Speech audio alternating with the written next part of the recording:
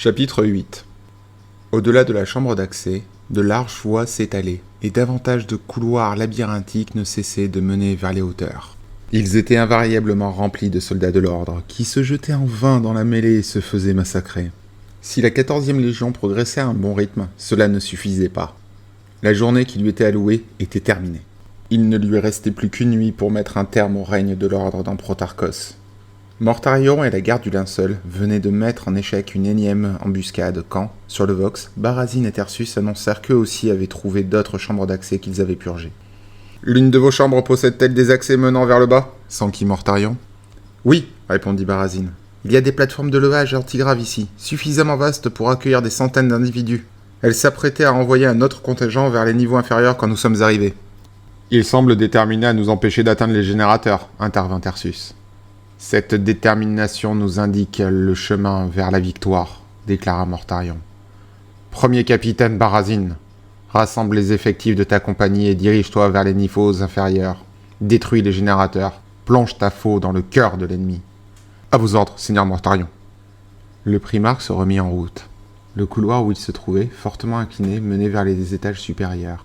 Il entama l'ascension, et les parois étaient incrustées de crasse.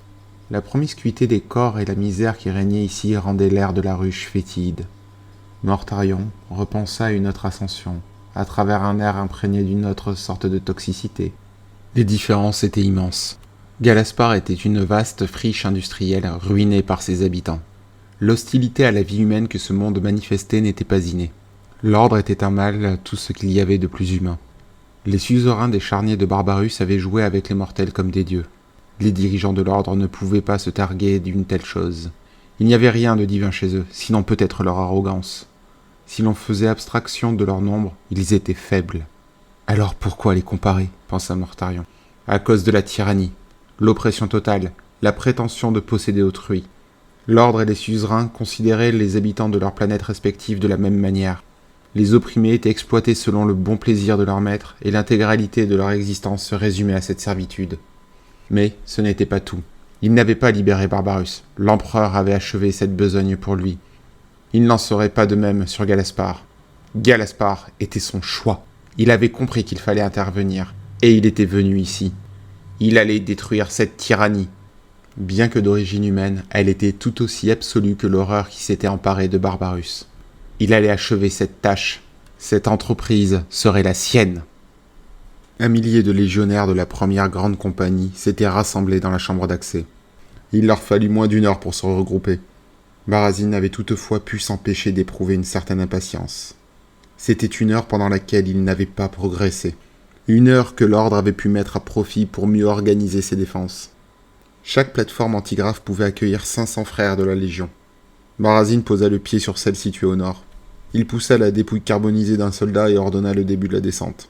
Une secousse agita la plateforme qui s'enfonça alors rapidement dans le puits. Barazine leva les yeux et estima qu'ils avaient déjà parcouru plus de 30 mètres en quelques secondes. Il fallait reconnaître à l'ordre une certaine maîtrise technologique. Grâce à elle, lui et ses hommes pourraient rejoindre la prochaine bataille sans perdre trop de temps. Les pensez-vous capables de transférer un grand nombre de leurs troupes en bas avant que nous ayons eu le temps de nettoyer la chambre, premier capitaine ? Demanda Calastifon. Je l'espère, répondit Barazine. Ce serait dommage d'avoir assemblé nos forces pour rien. La plateforme accéléra sa descente. Barazine se sentit progressivement plus léger.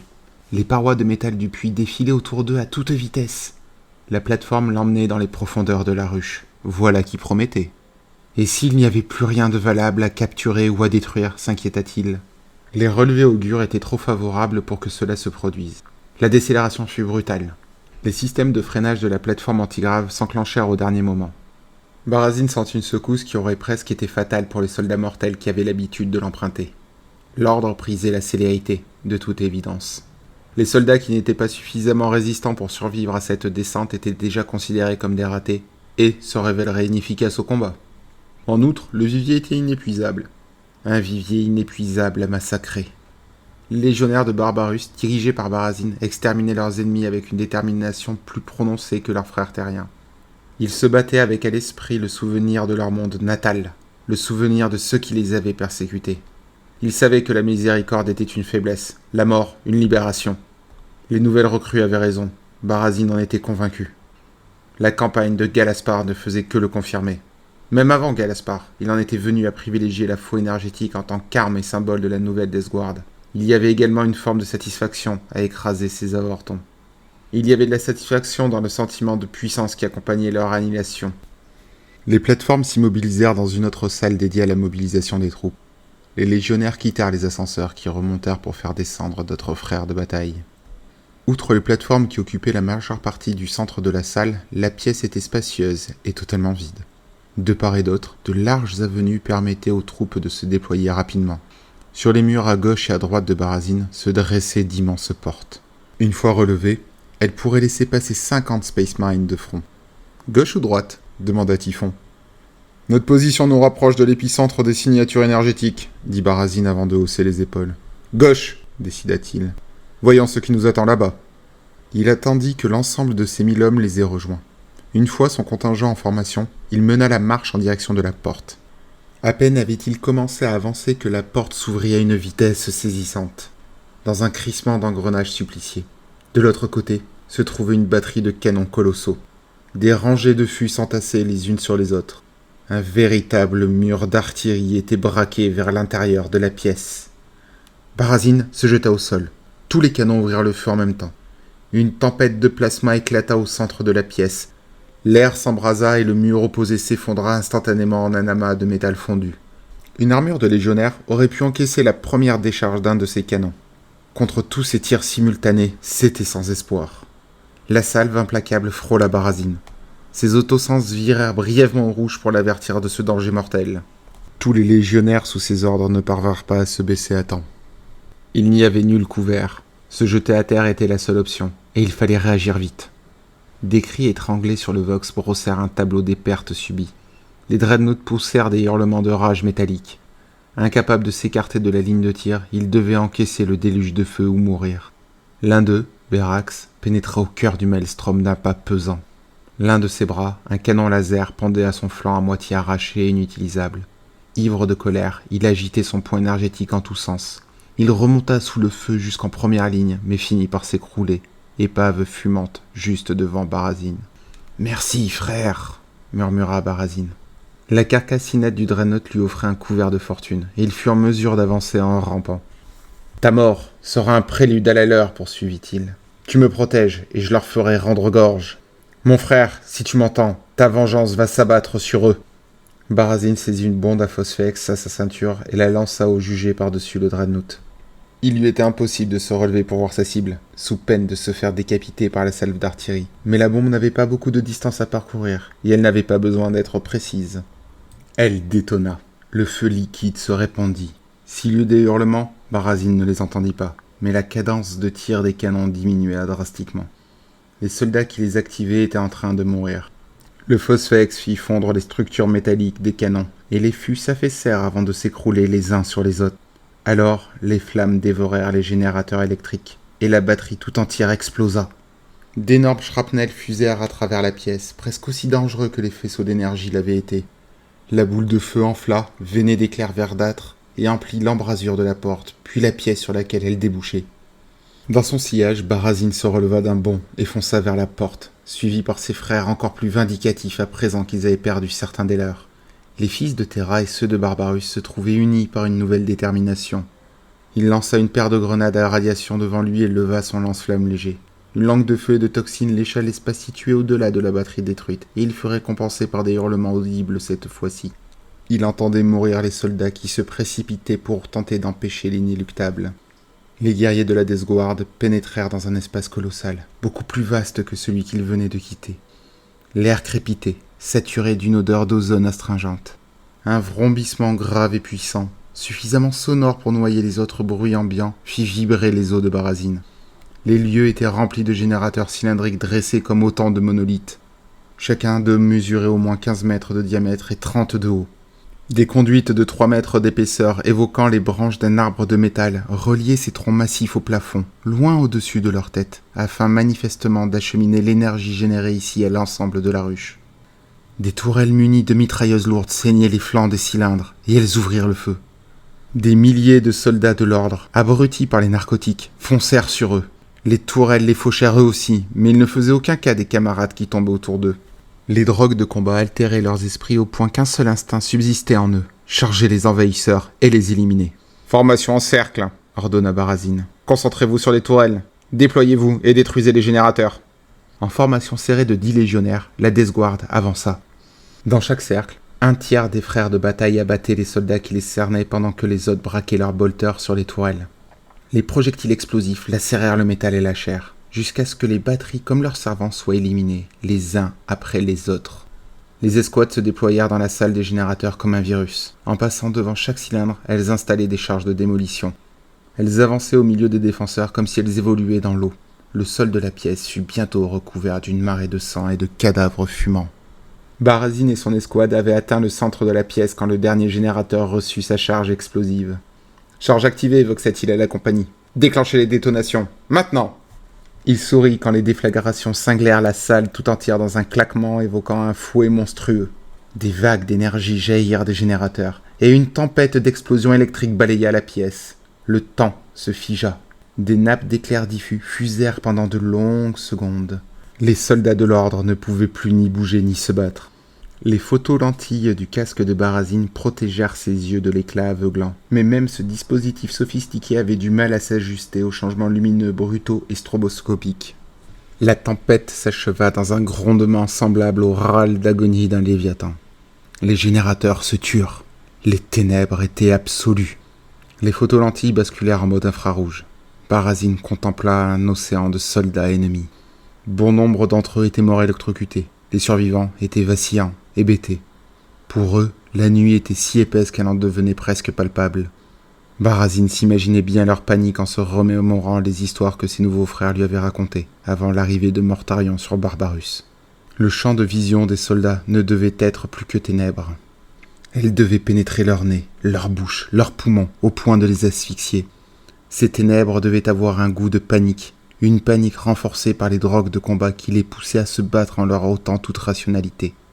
Les soldats aux abois commencèrent à tirer dans toutes les directions. Ils se heurtaient les uns aux autres et finirent par s'entretuer. Il en restait encore des milliers dans la salle des générateurs. Ils ne représentaient plus une menace, à peine un obstacle. « Achevez-les !» ordonna Barazine. Le massacre fut rapide. Après le traumatisme de la collision du vaisseau contre la ruche, la guerre se fit suffisamment distante pour que Stevang et les autres hauts contrôleurs recouvrent une partie de leur sang-froid. On n'entendait toujours pas les bruits de combat à l'intérieur du centre de commandement. La guerre ne leur parvenait que par le truchement des rapports délivrés par les officiers en charge des défenses et sous forme de pics relayés par les caméras de surveillance. Celles-ci cessaient peu à peu d'émettre dans toute la ruche, détruites par les envahisseurs chaque fois qu'ils apparaissaient dans le cadre. Elle fournissait toutefois suffisamment d'informations pour que Stevang se fît une idée précise de l'ampleur de la défaite de l'ordre. Ses homologues contrôleurs en avaient bien conscience eux aussi. « Ils peuvent mourir !» dit Vas Restavan, contrôleur des Manufactornes, d'une voix géniarde, comme s'il avait besoin qu'on lui confirme ses dires et lui redonne espoir. « Les mitrailleuses lourdes et les canons parviennent à les abattre !» « Certes, concéda Uvalia, mais les mitrailleuses lourdes et les canons ne survivent jamais assez longtemps pour faire la différence. Nos vagues de soldats les ralentissent un peu, c'est tout. » Elle soupira. Les lumières du centre de commandement s'éteignirent. La table hololithique et tous les écrans dans la pièce cessèrent de fonctionner. La seule source lumineuse provenait du dôme zébré de fissures. À l'extérieur, les tempêtes de sable s'étaient calmées. Mais les nuages brûlaient encore, illuminant la nuit d'un rouge sali. « Oh non !» gémit Restavan. Les autres demeurèrent silencieux, immobiles. Sont-ils venus nous éliminer ? Sont-ils déjà là ? Se demanda Stevang. Après 10 secondes qui parurent durer une éternité, l'électricité revint à la vie, et avec elle, les écrans et l'éclairage. Stevang poussa un soupir de soulagement. « Dites-moi ce qui vient de se produire !» ordonna-t-il. Il avait réussi à parler d'une voix forte, ce qui était un motif de satisfaction. « Nous avons perdu les générateurs principaux », l'informa un technicien. « Le centre fonctionne grâce à ces batteries de secours désormais. »« Et le reste de la ruche ?» En grande partie plongé dans le noir. Que pouvons-nous voir ? Presque rien, seigneur contrôleur. Nous avons aussi perdu les caméras. La mâchoire de Stevang se crispa sous l'effet de la frustration. Il baissa les yeux vers la table hololithique qui revenait progressivement à la vie. Les informations qu'elle montrait étaient de moins en moins à jour. Avec un grommellement, il passa brutalement la main au-dessus de la table et les runes hololithiques disparurent, ainsi que la carte. Ces images de la guerre à l'intérieur de la ruche n'étaient plus d'aucune utilité. Il inspira une goulée d'air et réprima un accès de nausée causé par la peur. « Combien de temps avant l'arrivée des renforts envoyés par les autres ruches ?» demanda-t-il. Il pensa à Petarchia. C'était la ruche la plus proche, et elle avait ordonné la mobilisation à l'instant même où Protarchos avait été attaqué. Son armée devait être proche. Il le fallait. À moins qu'elle ait attendu l'arrivée des troupes des autres ruches avant de venir, pensa-t-il. Non, non. Il n'y avait aucune communication du haut contrôleur Tossarat en ce sens. Tous les messages qu'il avait envoyés indiquaient qu'il se dirigeait vers Protarchos en toute hâte, à la tête de ses troupes. Il n'aurait même pas à attendre. La mobilisation générale de l'ordre allait créer une armée qui tapisserait l'ensemble du territoire. « Nous recalculons l'heure d'arrivée en fonction des derniers rapports, seigneur contrôleur, » fit un autre opérateur. « Transférez les données sur la table. »« Immédiatement !» De nouveaux graphiques apparurent, montrant Protarchos et ses environs. Des marqueurs indiquaient les vecteurs d'approche des armées, la vitesse de leur progression et une estimation de l'heure d'arrivée. « Pas avant le matin, » dit Uvalia. « Encore 3 heures. »« C'est le temps qu'il nous faut encore tenir, » répliqua Stevang. « C'est trop long !» se lamenta Restavan. « Non !» rétorqua sèchement Stevang. « Nous ne pourrons pas survivre jusque-là !» insista Restavan en secouant la tête. « Nous y arriverons !» contra Stevang. La faiblesse de Restavan était une aubaine pour lui. Elle lui fournissait un bouc émissaire. Elle lui donnait l'opportunité de prouver sa supériorité. « Nous avons 3 longues heures devant nous, » ajouta-t-il. « Voyons où nous en sommes et ce que nous devons faire pour survivre. Tout est ordre !»« Tout est ordre !» répétèrent les hauts contrôleurs, avec des degrés de zèle variables. « Il y a encore des zones où nous avons des yeux ? Où sont-elles par rapport à ce centre ?» L'affichage hololithique se modifia une fois de plus.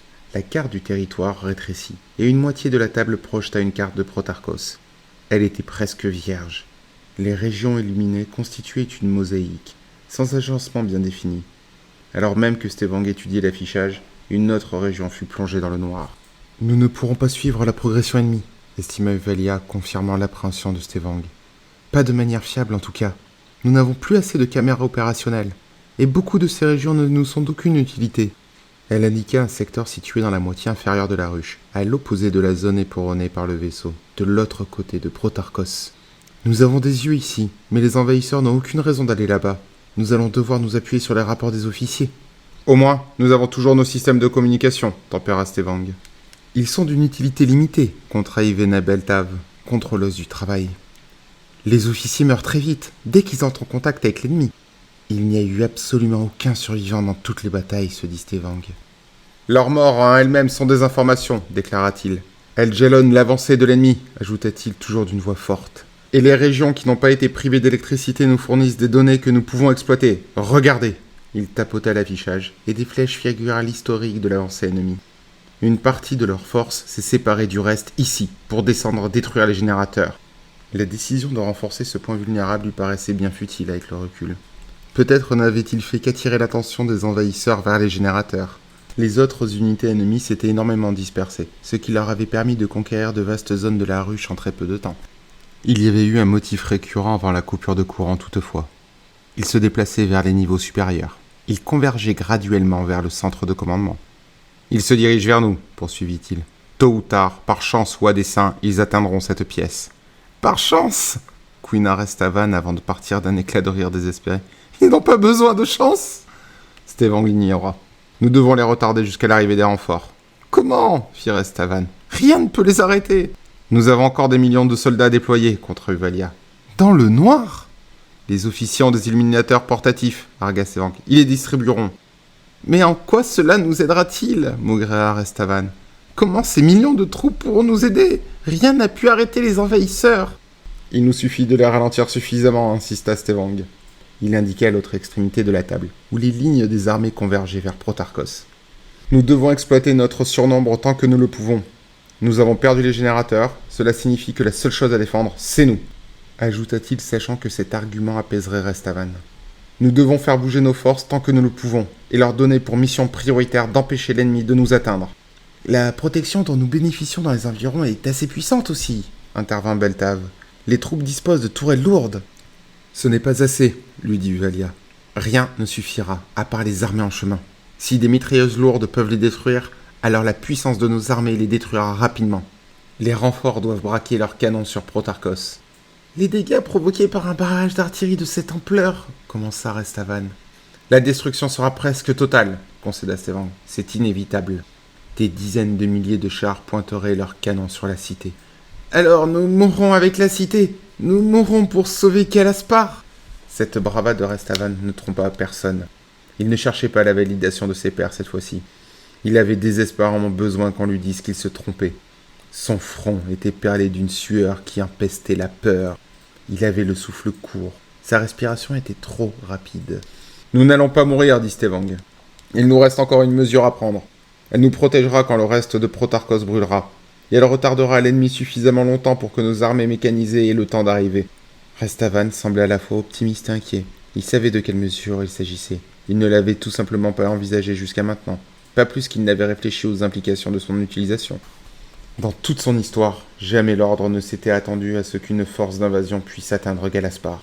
Tout le monde s'accordait pour considérer que n'importe quel intrus serait détruit dans les confins du système, ou au pire annihilé par les défenses planétaires. Qu'un ennemi extérieur à l'Empire puisse poser le pied sur Kalaspar était impensable. Ce qui avait été envisagé de tout temps, en revanche, et ce parfois jusqu'à l'obsession, c'était l'éventualité d'une rébellion. Et si les milliards d'esclaves se soulevaient? Toutes les précautions possibles avaient été prises pour que ce scénario cauchemardesque soit impossible. D'autres avaient été ajoutées pour que, le cas échéant, une rébellion n'ait aucune chance de succès. Les unités de travail étaient droguées afin de ne plus avoir la force de songer à se rebeller. Si les substances venaient à ne plus suffire, ou si, comme le craignaient les hauts contrôleurs, une trahison survenait dans les échelons supérieurs de l'ordre, il existait un moyen de s'assurer que cette insurrection ne pourrait s'emparer d'aucune partie de la ruche. « Scellez les portes !» ordonna Stevang. « Mais !» protesta Restavan. « L'ordre a été donné !» l'interrompit Stevang. « Les dés sont jetés. » Il échangea un regard avec Uvalia. Elle pense à leur progéniteur tout comme lui. La résidence du seigneur contrôleur se trouvait à l'extérieur de la section de la tour qui serait scellée. Il grimaça. Il ne pouvait rien y faire. Il était donc inutile de gaspiller trop d'énergie mentale en s'appesantissant sur le sujet. S'ils survivent, dit-il, ils auront prouvé leur valeur. Et dans le cas contraire, abanda-t-elle en hochant la tête, ils auront montré qu'ils ne sont pas dignes de leur rang. Tout est ordre, conclut Stevang. Tout est ordre. Les murs et le sol tremblèrent. La plateforme de commandement s'abaissa pour ramener les hauts contrôleurs à leur position initiale, au centre de la pièce. Le plafond les sépara une fois de plus du dôme. Les secousses gagnèrent en intensité quand des engrenages massifs entrèrent en action. Ces rouages étaient si immenses, leur puissance si colossale qu'ils ne pouvaient être utilisés qu'une seule fois. Ils constituaient l'un des exploits d'ingénierie les plus extraordinaires de l'histoire de Kalaspar. Ils tournèrent, et une autre plateforme commença à bouger, la plus grande et la plus secrète de toute la ruche. Soutenue par des rangées de piliers gigantesques, la plateforme descendit et emporta la tour vers les profondeurs, vers des fondations semblables à un bunker. Une fois le centre de commandement au cœur du dispositif, d'autres mouvements se produisirent au-dessus d'eux, et les murs du puits convergèrent l'un vers l'autre. Une fois cette manœuvre effectuée, le centre et ses générateurs se retrouvèrent protégés par une gangue de lithobéton de plus de 100 mètres d'épaisseur. Les engrenages s'immobilisèrent dans un tremblement perceptible même à l'intérieur du centre. Les hauts contrôleurs se dévisagèrent, conscients du caractère irréversible de ce qui venait de se produire. Pour quitter ces lieux, il était impossible de se contenter d'inverser le processus. L'effondrement automatique des mécanismes permettait de s'assurer qu'aucune force extérieure ne pourrait le réutiliser. Certes, il existait des issues de secours depuis le centre, mais le processus qui permettait d'y accéder était lent et laborieux, et ne devait être mis en œuvre qu'à la fin de la crise. Les contrôleurs et les différents agents allaient rester ici un bon moment. « Ils ne peuvent plus nous atteindre à présent, » dit Restavan dans une nouvelle tentative vaine de se rassurer. « Tu le penses vraiment ?» rétorqua Uvalia, en lui jetant un regard méprisant. « Ils ont fait atterrir leur vaisseau en éprenant Protarchos. S'ils sont capables de ça, ils pourront nous retrouver, même ici. » Bien évidemment qu'ils en seront capables, abonda Stevang. Notre objectif n'est pas de nous cacher, ce ne serait pas une victoire. Notre but est de les retarder, de les retenir jusqu'à l'aube. Oui, ils pourraient nous atteindre s'ils avaient suffisamment de temps. Nous ferons en sorte que cela n'arrive pas. Nous allons les atteindre en premier. Il regarda une fois de plus les lignes qui convergeaient sur Protarchos. Il se moquait bien de savoir ce qui viendrait de la ruche. Ce n'était pas sa cité. Protarchos n'était que le lieu où il commandait, rien de plus. C'était la planète qui lui appartenait. Il détruirait tous les secteurs de Protarchos si nécessaire pour préserver Kalaspar. Quand l'aube poindrait, il aurait les moyens de déchaîner cette destruction. D'ici là, il allait donner aux envahisseurs un avant-goût de ce qui les attendrait. Sceller le centre de commandement n'était que la première étape. Il leur restait une ultime ligne de défense à déployer contre les intrus. « Rassemblez les indigents !» déclara-t-il. Leur existence avait toujours été une tâche sur la conscience de l'ordre, mais ils n'avaient jamais été totalement exterminés. Ils constituaient une force non négligeable, malgré leur nature répugnante. De tout temps, les élites de Galaspar avaient pensé que les indigents auraient leur utilité un jour ou l'autre. Leur population avait donc été régulée, maintenue à un niveau d'effectif minimum, génération après génération. Aujourd'hui, l'heure était venue.